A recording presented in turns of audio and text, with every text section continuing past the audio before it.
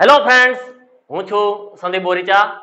Vision digital એજ્યુકેશનમાં આપ સૌનું સ્વાગત કરું છું.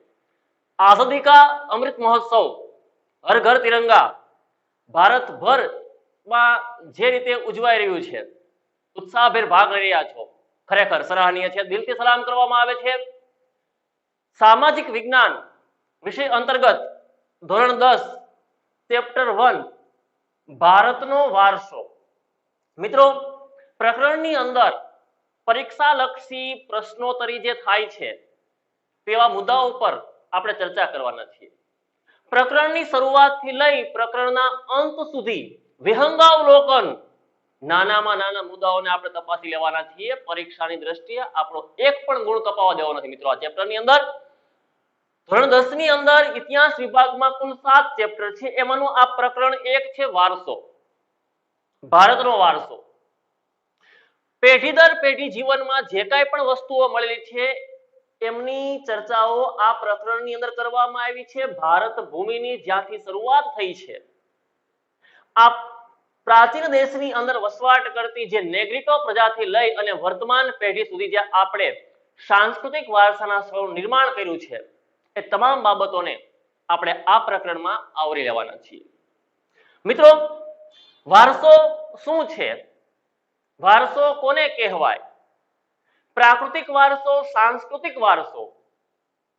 સંસ્કૃતિનો અર્થ ભારત ભૂમિ પર આવેલી વિભિન્ન પ્રાચીન પ્રજાઓ અને વારસાનું સંરક્ષણ આ સમયની અંદર સાથી અનિવાર્ય બન્યું છે.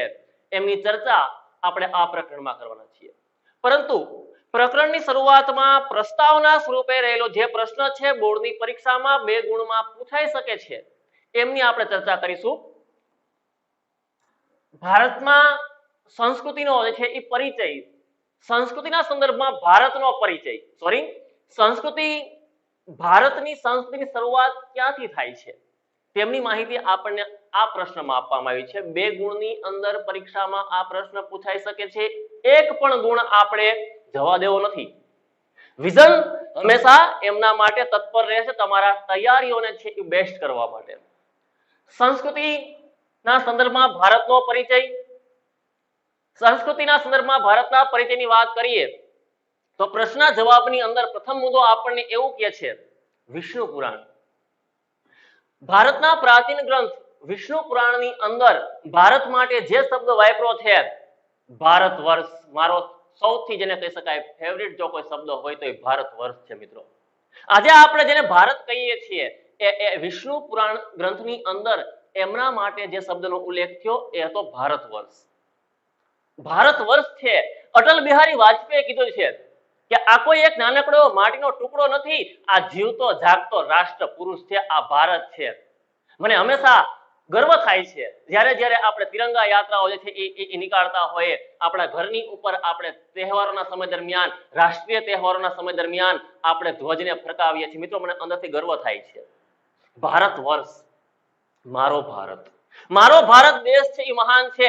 પણ વિષ્ણુ પુરાણની અંદર આજે જે તમે ઇન્ડિયા, ભારત આ શબ્દનો ઉપયોગ કરો છો ને, આ શબ્દનો ઉલ્લેખ સ્ટાર્ટિંગમાં થઈ ચૂક્યો છે, ભારત વર્ષ. ત્યારબાદ ભારત વર્ષની વાત કરીએ તો ભારતમાં શુભ કાર્યની શરૂઆતમાં બહુ સરસ વાત છે, ઇન્ડિયા છે ને એ વિશ્વની અંદર સૌથી સારામાં સારી સંસ્કૃતિ ધરાવતો દેશ છે. એ કોઈ પણ કાર્યની શરૂઆત કરવામાં આવે, શુભ કાર્યો, ચોઘડિયા જોવા, મુહૂર્તો જોવા, એમને આપણે ઘરની બહાર નથી નીકળતા, આપણે સારા સમયની રાહ જોઈને આગળ વધીએ છીએ. મિત્રો, આવું વિશ્વમાં તમને એક પણ સંસ્કૃતિમાં જોવા નહીં મળે. એ એકમાત્ર તમને ભારતમાં જોવા મળશે. ભારતના શુભ કાર્યની શરૂઆતમાં લેવાતા સંકલ્પોમાં ભારત વર્ષ, જે અગાઉ વિષ્ણુ પુરાણમાં આપણે ઉલ્લેખ કર્યો, ભારત ખંડ, વાહ, જંબુદ્વીપ, આર્યાવર્ત. મિત્રો, જંબુદ્વીપ આ મેં કીધું ને કોઈ નાનકડો એવો ટુકડો નથી. તમે અત્યારે જોવો છો ને જે ભારતને, અખંડ ભારત, ભારતનું આ સ્વપ્ન છે. જંબુદ્વીપ, તમે ભારતને જોઈ શકો છો. અહીંથી ભારતને લઈને રશિયા, આ સાઈડ જે છે એ આખા પૂર્વ ભારત, દક્ષિણ ભારત, પશ્ચિમ ભારત અને ઉત્તર ભારતની અંદર જે આપણી પાસે અત્યારે જે જમીનો છે, 32,87,263 ચોરસ કિમીમાં આજે પણ ભારત દેશ ફેલાયેલો છે. તો વિચાર કરો કે જ્યારે જંબુદ્વીપ આખો લઈ લેવામાં આવે મેં નાનકડો એવો પ્રયાસ કર્યો છે એનિમેશન દ્વારા તમને સમજાવવાનો કે ભારત જે છે એ જંબુદ્વીપ શા માટે એના માટે શબ્દો વપરાયો કે આ બહુ વિશાળ દ્વીપ છે. આ દ્વીપની ચારે સાઈડ છે એ સમુદ્રોથી ઘેરાયેલો છે આખે આખો, જે વર્તમાન સમયની અંદર Iran, Iraq, Russia, Afghanistan, Pakistan, Balochistan અસંખ્ય રાષ્ટ્રો એમાં આવી જશે. ઉત્તર ભારત તમે જે છે એને રશિયા સુધી ફેલાવી શકો, અહીંયા ચીન સુધી તમે ફેલાવી શકો છો. એટલે ભારત છે એના માટે શબ્દ વાપર્યો છે જંબુદ્વીપ. આર્યો, ભારતમાં સનાતન ધર્મનો, શૈવ ધર્મનો, હિન્દુ ધર્મનો જ્યારે વિકાસ થયો, હું કોઈ એક ધર્મને મહત્વ નથી આપતો, પરંતુ જ્યારે હિન્દુઓ જે પ્રાંતમાં વસવાટ કરતા હતા, વાયવ્ય ભારતની અંદર આ પ્રાંતમાં જ્યારે વસવાટ કરતા હતા, ત્યાં હિન્દુઓની વસ્તી વિશાળ હતી, એટલે એના માટે શબ્દ વાપરવામાં આવ્યો આર્યાવર્ત. આ આર્યાવર્ત આવા શબ્દનો ઉલ્લેખ ભારત માટે થયો છે. આજે આપણે એના માટે ભારત શબ્દનો ઉલ્લેખ કરીએ છીએ. ઇન્ડિયા ઈસ્ટ ઇન્ડિયા કંપની એવું સ્થાપના થઈ એટલે ભારતને ઇન્ડિયા શબ્દ મળ્યો છે. એક છે વેસ્ટ ઇન્ડિયા, જે આજે વેસ્ટ ઇન્ડિઝ ટાપુ તરીકે ઓળખવામાં આવે છે. એક છે ઈસ્ટ ઇન્ડિયા, એ આપણો ભારત દેશ છે. વેસ્ટ ઇન્ડિયાને એટલા માટે કહેવામાં આવ્યો કારણ કે ઓલો કોલંબસ છે ને જ્યારે ભારત શોધવા માટે નીકળ્યો હતો ને ત્યારે ભૂલથી ત્યાં જઈ ચૂક્યો અને એને ઇન્ડિયા માનતો રહ્યો, એટલે એના શબ્દ આપણે આપ્યો છે વેસ્ટ ઇન્ડિયા. આ છે ઈસ્ટ ઇન્ડિયા. બ્રિટિશ શાસનકાળે આપણને આ આધુનિક શબ્દ આપ્યો છે. મિત્રો આ દેશના અનેક નામ છે, આર્યાવર્ત, ભારતવર્ષ, ભારતખંડ, જંબુદ્વીપ. આ ઉપરાંત આના માટે જે છે ઉલ્લેખ કરી શકાય કે આ ભારત દેશ છે ને વર્તમાન સમયની અંદર આપણને સીમાઓ, કુદરતી સીમાઓ, કુદરતી સરહદો પ્રાપ્ત થઈ છે. વ્યૂહાત્મક મહત્વ બહુ વિશેષ છે મિત્રો આ દેશનું. દેશની અંદર ઉત્તરે હિમાલય છે, શત્રુઓથી રક્ષણ આપે છે, કાતિલ ઠંડા પવનોથી, શીતલહેરોથી રક્ષણ આપે છે. હિમાલય એ ભારતની શાન છે. હિમાલય પર્વતની 3 પર્વતમાળાઓ, બૃહદ હિમાલય, મધ્ય હિમાલય, શિવાલિક, આ ગિરિમાળાઓ છે ને એ ભારતને કાતિલ શીતલહેરોથી આપણને રક્ષણ આપે છે, ઠંડીઓથી રક્ષણ આપે છે, શત્રુઓથી રક્ષણ આપે છે. વળી તમે આની પૂર્વમાં જાશો ને એ તમને બંગાળાનો સાગર મતલબ કે બંગાળાની ખાડી જોવા મળશે, અખાત, જેની અંદર આપણા અંદમાન નિકોબાર નામના ટાપુઓ આવેલા છે, તે પણ આપણું રક્ષણ કરે છે. વળી અહીં પશ્ચિમમાં આવો, ગુજરાત સાઈડ મિત્રો, આપણા ગુજરાતને જે સમુદ્ર મળે છે એ છે અરબ સાગર. આ અરબ સાગર એની અંદર આવેલા ટાપુઓ છે એ છે લક્ષદ્વીપના ટાપુઓ છે. વળી તમે દક્ષિણમાં જાઓ, દક્ષિણની અંદર આપણને સમુદ્ર પ્રાપ્ત થયો છે એ છે હિન્દ મહાસાગર. આ હિન્દ મહાસાગર, અરબ સાગર, બંગાળાની ખાડી અને હિમાલય. વળી વાયવ્યમાં તમે જાઓ ભારતના પ્રાંતમાં એટલે ત્યાં આવે રણ, રેગિસ્તાન, પાકિસ્તાની સરહદ, રાજસ્થાન વાળો કચ્છ, બનાસકાંઠા, આ જે એરિયા છે એ આપણો વાયવ્ય પ્રાંત કહેવાય. 4 ખૂણાઓની વાત કરું તો હું તમને, તો આ આપણને કુદરતી સીમાઓ પ્રાપ્ત થઈ છે. મિત્રો ઘણા રાષ્ટ્રો છે ને લેન્ડલોક કન્ટ્રી હોય, મતલબ કે એની એકેય બાજુ દરિયો ન હોય, ઘણા રાષ્ટ્રો પાસે જંગલો ન હોય. તમને વિશ્વમાં એકમાત્ર ભારત દેશ એવો જોવા મળશે કે જેની પાસે રણ છે, જંગલો છે, સમુદ્ર છે, 12 માસ વહેતી નદીઓ છે, અસંખ્ય 81,251 જાતના પ્રાણીઓ અને પશુ પંક્ષીઓ ઇન્ડિયામાં થાય. આવું ધોરણ 9 નું સામાજિક વિજ્ઞાન તમને અભ્યાસ કરાવી ચૂક્યું છે. એટલે કહેવાનો મતલબ એ છે કે આટલી પ્રકૃતિની બાબતો એક દેશની અંદર જોડાયેલી હોય, જૈવ વિવિધતાની દ્રષ્ટિએ ભારત વિશ્વમાં 12મા સ્થાને છે. આપણે કુદરતે આપણી ઉપર ખરેખર મહેરબાન થઈ છે. કુદરત આપણી ઉપર આ સમુદ્ર, રણ, જંગલો, આ બધી વસ્તુઓ ભારતને પ્રાપ્ત થઈ છે. એટલે ભારતની સંસ્કૃતિની વાત કરવામાં આવે તો ભારત છે એ પ્રકૃતિની સાથે જોડાય અને આગળ વધી રહેલો રાષ્ટ્ર છે. મિત્રો ત્યારબાદ વાત કરવી હોય તો વિશ્વભરમાં વિસ્તારની દ્રષ્ટિએ 7મા નંબરે ઇન્ડિયા છે. મેં શરૂઆતમાં વાત કરી, આપણું ક્ષેત્રફળ 32,87,263 ચોરસ કિમીમાં ફેલાયેલું છે. રશિયા, કેનેડા, અમેરિકા, ચીન, બ્રાઝિલ, ઓસ્ટ્રેલિયાને બાદ તમે કરી નાખો ને, ભારત છે ને એ 7મા ક્રમે આવે છે. મિત્રો વિચાર કરો કે આ જંબુદ્વીપ હોય ભારતની અંદર, તો એ જંબુદ્વીપ સમયે ભારતનો વિસ્તાર કેટલો હશે? કમનસીબી છે આપણી વચ્ચેનો તબક્કો એવો નીકળ્યો કે જેમાં આપણે આપણા દેશનું રક્ષણ નથી કરી શક્યા, કદાચ ક્યાંક ને ક્યાંક આપણે અખંડ ભારતને ટકાવી શક્યા નહીં. એ આપણી સૌથી મોટી કમનસીબી હતી. હવે ભારતના જે છે એ વિસ્તારમાં વિશ્વમાં સ્થાન 7મું છે વસ્તીની દ્રષ્ટિએ. જો કે વર્તમાન સમયને આપણે સામાજિક વિજ્ઞાનના પાઠ્યપુસ્તકને અનુસરશું એટલે બીજું સ્થાન છે.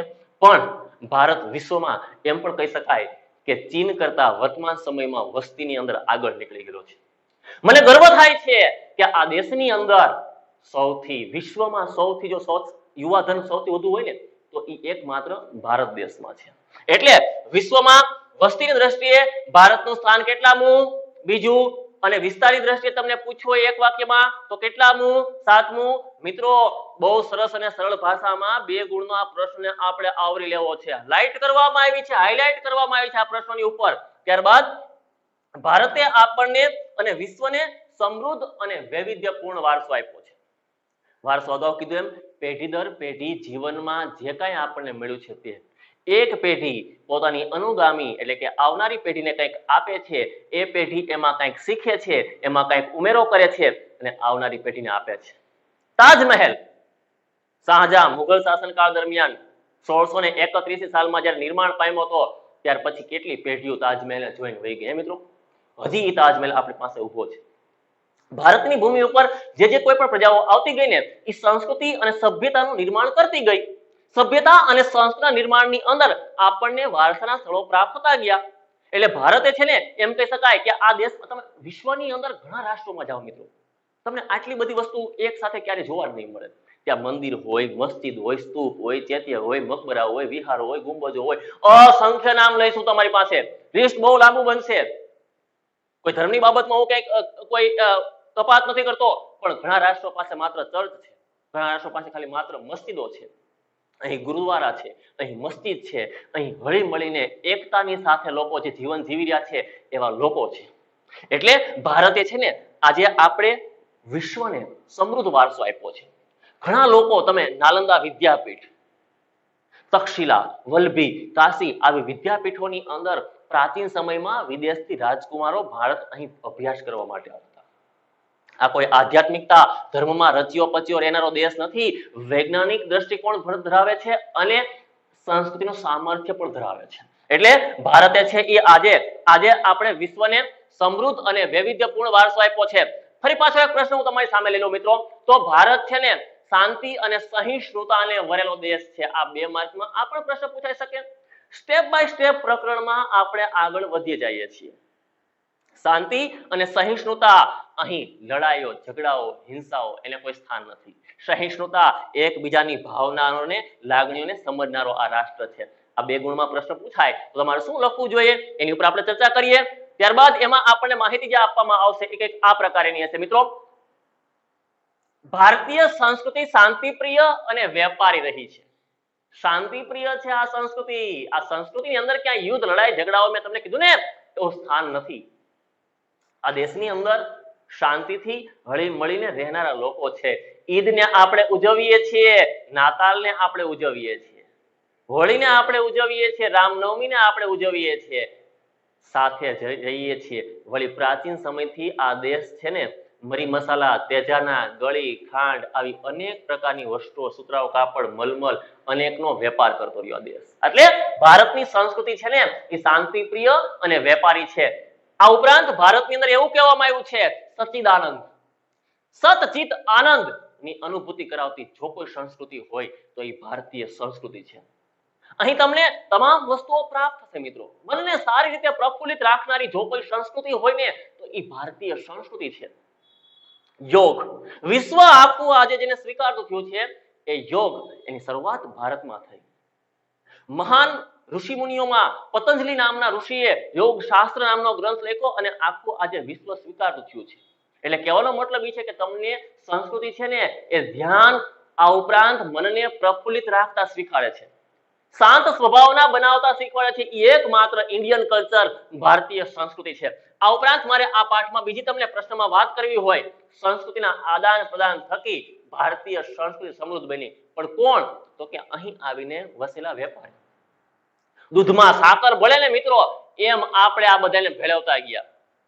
પોર્ટુગીઝો, ફિરંગીઓ, ડચ, વલંદા, ડેનમાર્ક, તમે જે કોઈ અભ્યાસ કરીને આવ્યા, છેલ્લે આવેલા અંગ્રેજો હોય, આ બધા ભારતમાં વેપાર કરવા માટે આવ્યા હતા. કમનસીબી કહેવાય કે આપણી ઉપર એ વેપાર કરતા કરતા શાસન, જેને કહી શકાય સત્તા સ્થાપી બેઠા.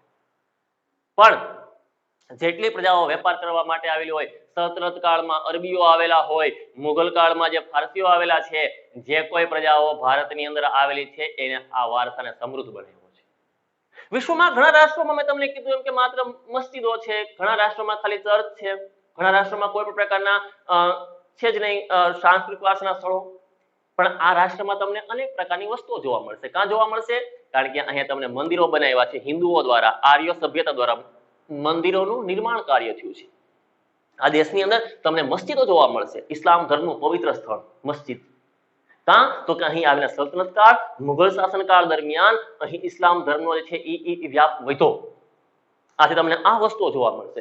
એટલે ભારતમાં છે ને, હું આવા નામ લેવા બેસું ને મિત્રો તો બહુ ઝાઝા શબ્દો બનશે, પણ આપણે ખાલી એટલું યાદ રાખવું છે, આદાન પ્રદાન, એકબીજાની આપલેથી સંસ્કૃતિનો જે છે એ વ્યાપ વધ્યો, સંસ્કૃતિનો ફેલાવો થયો છે. વળી આ ઉપરાંત મારે કેવું હોય, અહિંસા અને શાંતિ. ભારતે છે ને ક્યારેય કોઈ પણ દેશની સામે ચાલીને યુદ્ધ નથી કર્યું, ક્યારેય પણ. સંસ્કૃતિની અંદર જોઈ લો તમે, ઇતિહાસના પાનાઓ ઉઠાવીને જોઈ લેજો, ભારતે ક્યારેય કોઈ ઉપર આક્રમણ નથી કર્યું. હા, એ તો એક વાત અલગ છે કે આપણની ઉપર જ્યારે હુમલાઓ થયા, સ્વરક્ષણના ભાગ રૂપે આપણે વળતા હુમલાઓ કર્યા છે. તમે ક્યારે નહીં જોઈ શકો કે ભારતે છે ને સામેવાળા દેશ ઉપર હુમલો કરીને જમીન પચાવી પાડી. શાંતિ છે. નેપાળ જેવા રાષ્ટ્રો હોય, અફઘાનિસ્તાન હોય, શ્રીલંકા હોય, ઘણા દેશને તમે જોયું કે કોરોના કાળ દરમિયાન વિના મૂલ્યે જે આપણે રસી આપી, ઘઉંનો આપણે છે એ આહાર તરીકે આપણે ઘઉં મોકલાવ્યા. શાંતિ.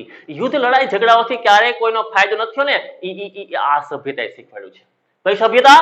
ભારતીય સભ્યતાએ શીખવાડ્યું છે. એટલે અહીં અહિંસા અને શાંતિ છે ને એ મેઇન છે. આ સંસ્કૃતિના બે જે છે એ મેઇન તત્વો હોય ને મિત્રો, તો એ અહિંસા અને શાંતિ છે. વળી આગળ વધીને વાત કરવી હોય તો અહીં ઘણા પ્રકારની બાબતોનો સમાવેશ થાય. આ સભ્યતા, સંસ્કાર, સભ્યતા, આ બે છે ને એક સાથે ચાલે. સંસ્કૃતિ અને સભ્યતા ન હોય ને મિત્રો, ત્યાં વિકૃતિ હોય. અને વિકૃતિ હોય ને એ રાષ્ટ્ર ક્યારે જે છે પોતાના પાયા ઉપર ટકી શકે નહીં. પણ આપણો આ પાયો મજબૂત બનાવવા વાળા જે કોઈ વ્યક્તિઓ હતા ને એ કંઈક આ લોકો છે. ઋષિમુનિઓ, સંતો, વિદ્વાનો, નિષ્ણાંત, એક્સપર્ટ લોકો, તજજ્ઞ લોકો, આ ઉપરાંત તત્વચિંતકો, ફિલોસોફર્સ, જેને નાની નાની બાબતોનો ગહન અભ્યાસ કર્યો. કલાકારો હતા, આપણા વૈજ્ઞાનિકો હોય, આર્યભટ્ટ હોય, બ્રહ્મગુપ્ત હોય, જે નામ લેવા બેસે તો બહુ લાંબુ લિસ્ટ બને. વૈદક વિદ્યા, શલ્ય ચિકિત્સા, વાઘભટ્ટ હોય, મહર્ષિ ચરક હોય, સુશ્રુત હોય, આવા અનેક લોકો, સંશોધકો, સાહિત્યને ઇતિહાસના પાનાઓમાં જે લખાયેલા છે એવા દરેક લેખ લખનારા જે આપણા સાહિત્યકારો હતા. વળી શિક્ષણનું નિર્માણ કરનારા શિક્ષણ શાસ્ત્રીઓ, કેળવણીકારો જે હતા.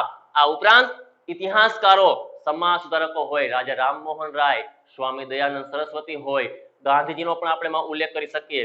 આ અનેક લોકો જે હતા જેને સમાજને સુધારવાનું કાર્ય કર્યું છે. આવા લોકોએ આપણી આ સભ્યતા અને સંસ્કૃતિનું નિર્માણ કર્યું છે. આથી ભારતની સંસ્કૃતિના નિર્માણમાં આ લોકોના, હા આપણે યાદ રાખીશું, આમાં છે એ આપણે આ પોઈન્ટ લખતા હોઈએ ત્યારે બોર્ડની પરીક્ષા દરમિયાન કદાચ છે એ આમાંથી કોઈ 4 કે 5 નામ ન આવે અને આપણે 2-3 નામનો ઉલ્લેખ કરીએ તો પણ ગુણ મળવા પાત્ર બને પોઈન્ટનો. મિત્રો એક વસ્તુ યાદ રાખજો કે જ્યારે 2 ગુણનો સાચો પ્રશ્ન આપણે લખતા હોઈએ છીએ ત્યારે એમાં સાચા 4 પોઈન્ટની જરૂર હોય છે. આપણે છે ને 4, 5, 6 પોઈન્ટ લેવાનો આવરી લઈશું કે જેથી કરીને તમે એ પ્રશ્નને સારી રીતે છે એ તૈયાર કરી શકો. 2 ગુણના પ્રશ્ન માટે 4 સાચા પોઈન્ટ જોઈએ, 3 ગુણના પ્રશ્ન માટે 6 સાચા મુદ્દાઓની જરૂર પડતી હોય છે. 1 રાઈટ બરાબર અડધો માર્ક. હવે 4 ગુણનો પ્રશ્ન તમે લખતા હોય તો સ્વાભાવિક છે કે 8 સાચા મુદ્દાઓની જરૂર પડે. એટલે આમાં તમે કદાચ 1-2 શબ્દોને ઓછા કરી શકો છો અથવા વધારી શકો છો. આગળ વધીએ ત્યારબાદ હા, આ સભ્યતાઓ જે પ્રાચીન સમયમાં આવી ને, આ જે ભિન્ન ભિન્ન પ્રજાઓ, એ બધી પ્રજાઓ જે છે એને અપનાવેલા ધર્મો હોય, શાસકોની શાસન શૈલીઓ હોય, વળી તેમની ભાષા હોય, અરબી છે, ફારસી છે. આ દેશની અંદર મુખ્ય 22 ભાષાઓ જેને કહી શકાય. આ ભાષાઓનું નિર્માણ કાર્ય થયું ને મિત્રો, એમાં જેટલી પ્રજાઓ આવી છે એ કંઈક ને કંઈક નવી નવી ભાષાઓનો ઉદ્ભવ કરતી ગઈ. એક ભાષામાંથી બીજી ભાષા બનતી ગઈ. મેઇન તો સંસ્કૃત આપણી ભાષા હતી. એટલે આ ભાષા હોય, કલા કારીગરીઓ હોય, કસબીઓ હોય, ચિત્ર, વળી બોલી, પહેરવેશ. તમે આ ભારતમાં તમે જુઓ મિત્રો, એક એક રાજ્યની બોલી અલગ છે, એમનો પહેરવેશ અલગ છે, એમના મકાનની બાંધણી અલગ પ્રકારની છે. તો આ બધી જે એ હળી મળીને વસવાટ કરતી જે પ્રજાઓ છે ને એને ક્યાંક ને ક્યાંક આપણી સંસ્કૃતિનું નિર્માણ કર્યું છે. વળી આ ઉપરાંત કહી શકાય કે ભારતમાં ભાતીગળ મિક્સ કરેલી છે આ સંસ્કૃતિ. આમાં કોઈ એક વસ્તુ નથી. પ્રાંતે પ્રાંતે 12 ગાવે બોલી બદલે તો તમે જોવો આ દેશની અંદર એક એક જગ્યાએ અલગ અલગ જગ્યાએ તમે જાઓ તમને કંઈક ને કંઈક નવું શીખવા મળશે. તમે ઇન્ડિયન રેલવેમાં મુસાફરી કરતા હો એટલે તમને જાત જાતના લોકો તમને જોવા મળે. તમને એનામાંથી એની આગળથી કંઈક શીખવા મળે, તમે એને કંઈક શીખવાડશો, તમે એનો નાસ્તો કે આહારને તમે એ ઉપયોગમાં લ્યો, તમારો આહાર છે કે તમારો ખોરાક છે કે નાસ્તો છે તમે એમને આપો છો. તમને કેટલાય પ્રકારની વસ્તુ નવી જાણવા મળશે. આ કોઈ આ નાનકડા એરિયામાં ફેલેલો દેશ નથી, આ બહુ વિશાળ દેશ છે. ભાતીગળ છે, સંસ્કૃતિ છે ને એ આપણી મિક્સ થઈ ગયેલી છે, ભળી ગયેલી છે, એટલી અંદરો અંદર ભૂલી મિલી ગઈ છે કે જેની અંદર આપણે કોઈ સ્વતંત્ર અસ્તિત્વ કોઈ સભ્યતાનું છે જ નહીં એમ કહી શકીએ. એટલે આ દેશમાં ભાતીગળ સંસ્કૃતિનું નિર્માણ થયું છે. ત્યારબાદ આ બધી બાબતો ઉપરથી આપણે કહી શકીએ તમારે આટલી વસ્તુ યાદ રાખવાની છે. 2 ગુણમાં જ્યારે પ્રશ્ન પૂછાતો હોય કે આ ઉપરથી આપણે કહી શકીએ વૈવિધ્યપૂર્ણ. અહીંયા અનેક પ્રકારની વેરાયટીઝ તમને જોવા મળશે આ સંસ્કૃતિ આ સભ્યતાની અંદર. મિત્રો આ થયો એક 2 ગુણનો પ્રશ્ન. વળી નવો પ્રશ્ન આપણી સામે આવે છે બોર્ડની પરીક્ષામાં. હું જ્યાં સુધીથી છે એ અભ્યાસ કરાવું છું, જ્યાં સુધીથી હું આ પ્રશ્નોને તૈયારી કરાવું ત્યાં સુધીમાં લગભગ 4 કે 5 વખત બોર્ડની પરીક્ષામાં પૂછાયેલો મોસ્ટ આઈએમપી પ્રશ્ન છે આ સંસ્કૃતિ એટલે શું? આ પ્રશ્ન વારંવાર પૂછાતો પ્રશ્ન છે. સંસ્કૃતિનો અર્થ આપી વિગતે સમજાવો અથવા સંસ્કૃતિ એટલે શું, આવા પ્રશ્નો વારંવાર પૂછાય છે. તો આપણે આ પ્રશ્ન પણ આવરી લેવો છે. 2 ગુણના આ પ્રશ્નમાં આપણે એક પણ માર્ક જવા દેવો નથી. આપણે સારામાં સારી તૈયારીઓ કરવી છે. સંસ્કૃતિ એટલે શું? સંસ્કૃતિ એટલે જીવન જીવવાની રીત. વારંવાર તમે શબ્દ સાંભળતા હશો, સંસ્કૃતિ. વાસ્તવમાં છે શું સંસ્કૃતિ? સંસ્કૃતિ છે એ જીવન જીવવાની રીત છે. જિંદગી જીવતા શીખવાડે છે. સારા રહ્યો, સભ્ય રહ્યો, પ્રામાણિક રહ્યો, કોઈની હારે ખોટું ન કરો, હિંસામાં ન માનો, સારું બોલો, સાચું બોલો, અપશબ્દનો ઉપયોગ ન કરો, માતા પિતા સાથે કેમ રહ્યો. આવી અનેક નાની વસ્તુઓ છે ને એ આપણને સંસ્કૃતિ શીખવાડે. જીવન જીવવાની રીત છે. વળી સંસ્કૃતિ એટલે માનવ મનનું ખેડાણ. ચિત્રો સાથે તમને સમજાવવાનો પ્રયાસ કરવામાં આવે છે. મિત્રો એક ચિત્ર 1000 શબ્દોની ગરજ સારે છે. કોઈ શબ્દને મારે સમજાવવા માટે 1000 શબ્દો બોલવા પડતા હોય ને એની જગ્યાએ હું એક ચિત્ર મૂકી દઉં ને ફટાફટ શીખાઈ જાય. સંસ્કૃતિ માનવ મનનું ખેડાણ છે. મનની અંદર આવતા વિચારોને નવી વસ્તુઓ છે આપણે સંશોધન કરતા ગયા, આગળ વધતા ગયા, વિચારો આપણને આવતા ગયા, એ વસ્તુ આપણે અમલમાં મૂકતા ગયા. કદાચ એટલે જ આપણે આજે અહીંયાથી ચંદ્ર ગ્રહ ઉપર પગ મૂકી શક્યા છીએ. મંગળ ગ્રહ સુધી આપણે આપણા જેને કહી શકાય એવા અવકાશયાનને આપણે પહોંચાડી શક્યા છીએ. તો આ પાછળ જવાબદાર છે આપણા માનવ મનનું ખેડાણ. વળી ત્રીજી વાત કરવી હોય તો ગુફાથી ઘર સુધીની વિકાસ યાત્રા છે. જોઈ શકો તમે આદિમાનવ છે એ ક્યાં હતો અને આજે તમે અને હું ક્યાં છે. ઓનલાઈન એજ્યુકેશન લઈ રહ્યા છે. ઘરે બેઠા સુતા આપણે અભ્યાસ કરી રહ્યા છીએ. કોઈ બેઠા છે, કોઈ લેપટોપ સામે છે, કોઈ સ્ક્રીન સામે છે, કોઈ અત્યારે કદાચ કાનમાં ઇયરફોન પહેરીને આ લેક્ચર સાંભળી રહ્યો હોય. ગુફાથી ઘર સુધી પહોંચી ગયા. આદિમાનવ હતો, નમેલો હતો, ત્યાંથી થઈને આપણે સ્ટ્રેટ થઈ ચૂક્યા. આ પાછળ કઈક જવાબદાર હોય ને તો એ છે ને એકમાત્ર છે, એ છે સંસ્કૃતિ છે. ગુફાથી ઘર સુધી આપણને પહોંચાડ્યા. બાઇક, કાર, પ્લેન, એરક્રાફ્ટ, આ જેટલી કોઈ વસ્તુ તમે નાનામાં નાની વસ્તુ જોવો છો ને, ઘડિયાળના કાંટા, તમે પહેરેલા ચશ્મા, તમારી પાસે કોઈ પણ પ્રકારની વસ્તુઓ છે ને એ બધી વસ્તુના નિર્માણમાં છે ને આ જે સંસ્કૃતિ હતી ને મતલબ મનમાં આવતા ગયા વિચારો હતા ને એ એની પાછળ જવાબદાર હતા. સંસ્કૃતિ એટલે ગુફાથી ઘર સુધી આપણને પહોંચાડવામાં. ઓલો બીજા પ્રાણીઓ હતા ને એ જંગલમાં હતા, આદિમાનવ પણ જંગલમાં જ હતો. આદિમાનવ છે ને આજે અહીંયા આવી ગયો. ક્યાં? ઘરની અંદર. પેલા પ્રાણીઓ ક્યાં છે? હજી ત્યાં છે. આપણે કેટલાય પ્રકારની ભાષા બોલવા માંડ્યા. પેલા પ્રાણીઓ છે ને એની પાસે હજી એની એ જ પરંપરાગત જે અવાજ છે એનો ઈ છે. આપણી પાસે અનેક પ્રકારના અવાજો છે. એટલે ગુફાથી ઘર સુધીની વિકાસ યાત્રા છે. નેક્સ્ટ મિત્રો મારે તમને વાત કરવી હોય તો જીવનશૈલી. કોઈ પણ પ્રજા સમૂહની આગવી જીવનશૈલી એટલે સંસ્કૃતિ, ધ વે ઓફ લાઈફ. સંસ્કૃતિ એ કોઈ પણ પ્રજા સમૂહની આગવી જીવનશૈલી છે. દરેક પ્રજા સમૂહ અલગ અલગ સંસ્કૃતિ સભ્યતા પ્રમાણે જીવે છે. કોઈની ટ્રેડિશનલ ડ્રેસ છે, કોઈના જે છે એ પરંપરાગત પોશાકો મેં તમને કીધા એમ, અને કોઈ વર્તમાન સમયમાં આગવી ઢબે જીવન જીવી રહ્યું છે. મારા ધર્મ પ્રમાણે લગ્ન સંસ્કાર અલગ પ્રકારના હોય, અંતિમ સંસ્કાર અલગ પ્રકારની વિધિઓથી કરવામાં આવતા હોય, કોઈ અન્ય ધર્મ પ્રમાણે એ ક્રિયાઓ અલગ પ્રકારની હોઈ શકે. દરેકની પાસે પોતાની કહી શકાય એવી આગવી જીવનશૈલી છે. મિત્રો સંસ્કૃતિ એટલે કોઈ પણ પ્રજા સમૂહની આગવી જીવનશૈલી. તમે એકમાત્ર ખાલી નાના જે છે ને શબ્દોને પકડો ને મિત્રો, આખો પ્રશ્ન બની ગયો. અહીંયા જીવન જીવવાની રીત, માનવ મનનું ખેડાણ, ગુફાથી ઘર અને જીવનશૈલી. વળી સારા શબ્દોમાં લખવું હોય આપણે, પેપર ચેક કરવાનું આકર્ષક બનાવ આપણે તરફ ખેંચવું હોય તો વે ઓફ લાઈફ લખીને પણ તમે એને ખેંચી શકો છો. એટલે કોઈ પણ પ્રજા સમૂહની આગવી જીવનશૈલી મતલબ સંસ્કૃતિ. વળી અહીંયા તમે કહેવામાં આવ્યું છે આગવી જીવનશૈલી સાથે આપણે આગળ વધીએ તો માનવ સમાજની ટેવો, મૂલ્યો, આચાર વિચાર, ધાર્મિક પરંપરા, રહેણી કરણી, આદર્શોનો સરવાળો. મિત્રો તમે જોઈ શકો છો આજના આપણા ચિત્રો હોય કે આજે આપણે જે સભ્યતા જીવીએ છીએ અનેક ધર્મોનો સમુદાય અહીંયા ભેગો થયો છે. ટેવો કુટેવ પણ હોય અને સુટેવ પણ હોય, સંસ્કૃતિ પ્રાપ્ત થઈ છે. વળી મૂલ્યો, દરેક પ્રામાણિકતા મતલબ નૈતિકતા, શિક્ષણ, સંસ્કાર, આ ઉપરાંત જે અહિંસા, હિંસા જે આપણે શબ્દોની વાત કરીએ છીએ, આચાર અને વિચાર, જેવું વિચારીએ છીએ એવું આપણે આચરણમાં મૂકીએ છીએ. મતલબ આપણે આજે અહીંયા અભ્યાસ કરવાનું વિચાર્યું છે કે આજથી મારે છે એ નિયમિત રીતે છે એ આ અભ્યાસ કરવો છે, આ રીતે આગળ વધવું છે, આ વિચાર આવ્યો. અને હવે તમે રોજ જો એ રીતે અભ્યાસ કરો અને વાર્ષિક પરીક્ષા આવે ત્યાં સુધીમાં તમે પરિણામ પ્રાપ્ત કરો તો એ આચરણમાં મૂક્યું કહેવાય. આ સંસ્કૃતિ કરી શકે છે. શિયાળો ને શિયાળ એને રોજ રાતે છે ને ઠંડી લાગે શિયાળામાં, એટલે વિચારે કે આ તો આ ઠંડીમાં તો રહેવાતું જ નથી. કાલ સવાર થાય એટલે પેલું કામ મારી કરવું છે કે બફોલ ગાળી લેવી છે. સવાર થાય, ઠંડી ઉડે, તડકો પડે, શિયાળ ભાગી જાય, રખડવા નીકળી જાય. સાંજ પડે એટલે ફરી પાછી ઠંડી ટાઢ વળવાનું ચાલુ થાય. ઠંડી વળે એટલે પાછો એને વિચાર આવે આ તો રહેવાતું નથી. હવે કાલ તો પેલું કામ એ કરું કે સવારમાં ઉઠવું એટલે બખોલ જ ગાળી દઉં. આમ કરતા કરતા એક સમય દરમિયાન એવી ઠંડી આવે, હિમ પડે, શિયાળમાં પૂરું થઈ જાય. કારણ કે જે વિચારો આવે છે ને એ આચરણમાં મૂકી શકતું નથી, અને પ્રાણીને જે વિચાર આવે ને એ એને અમલમાં મૂકી શકે છે. આ ગ્રહથી બીજા ગ્રહ સુધી પહોંચવું એ કોઈ સહેલી વસ્તુ નથી, પણ એ કાળા માથાનો માનવી કરી શકે છે, કારણ કે એને વિચારો આવે છે, એને એ આચરણમાં મૂકે છે.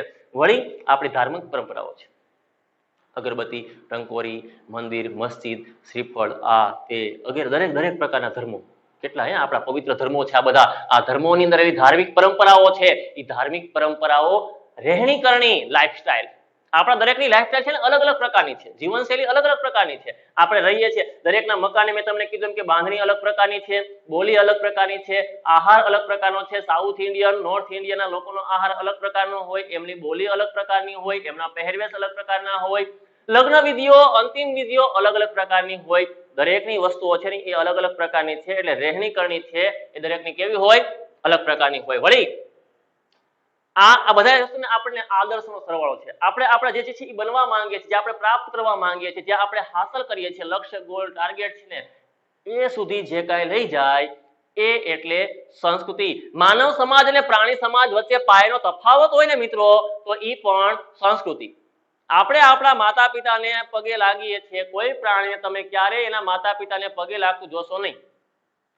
કોઈ એક પ્રાણી બોલતું હોય, બીજું પ્રાણી મોબાઈલમાં આ રીતે સાંભળતું હોય, આવું ક્યાંય તમે જોશો નહીં. એ ક્યાં આવે? જ્યાં સંસ્કૃતિ હોય ને ત્યાં આવે. વળી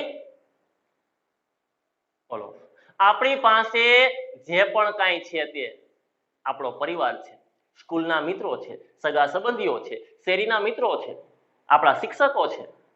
આપણે દરેક જગ્યાએ જ્યાં જ્યાં આપણે વ્યવહારોને સાચવીએ છીએ ને મિત્રો, તમારી પાસે તમારું પોતાનું ઘર છે, સુવા માટે જગ્યા નિશ્ચિત છે, આહાર માટેનો સમય ફિક્સ છે, શાળાએ જવા માટે તમારો સમય ફિક્સ છે, પરત આવવાનો સમય પણ આપણો છે એ નક્કી કરેલો છે, ટાઈમ ટેબલ છે.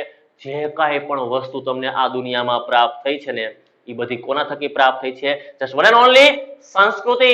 સંસ્કૃતિથી આપણને તમામ વસ્તુઓ પ્રાપ્ત થઈ છે. આ હંમેશા હું શબ્દ વાપરું છું, આ વસ્તુ ક્યાંય પ્રાણીને પ્રાપ્ત ન થઈ, આ કોને પ્રાપ્ત થઈ છે? આપણને પ્રાપ્ત થઈ છે. વળી મિત્રો આ પ્રકરણ 3 પ્રશ્નો જે છે એ આપણે જે માહિતી આપી ચૂક્યા છે એ પ્રશ્ન બોર્ડની પરીક્ષામાં તમને પૂછાય, એટલે સરળ, સારામાં સારી, સાદામાં સાદી શબ્દોમાં અમે રજૂ કરવાનો પ્રયાસ કર્યો તમારી સામે. તમે આ 3 પ્રશ્નો થકી છે એ સારામાં સારા ગુણ પ્રાપ્ત કરી શકો છો. હજુ આના પછીના જે કોઈ પણ પ્રકારના પ્રશ્નો છે એને આપણે પાર્ટ 2 માં અભ્યાસ કરવાના છે. આજે આપણે અહીંયા સુધી સીમિત રાખીશું. વિઝન ડિજિટલ એજ્યુકેશનની અંદર જોડાવા બદલ આપ સૌનો ખૂબ ખૂબ આભાર. જો અમારી ચેનલને હજી સુધી આપણે સબસ્ક્રાઇબ નથી કરી તો સબસ્ક્રાઇબ કરો, બેલ આઇકન પર ક્લિક દબાવો અને તમારા મિત્રો સાથે વધુમાં વધુ શેર કરો, જેથી કરીને એમને પણ આ જ્ઞાનનો લાભ પ્રાપ્ત થતો રહે. ધન્યવાદ મિત્રો. Thank you.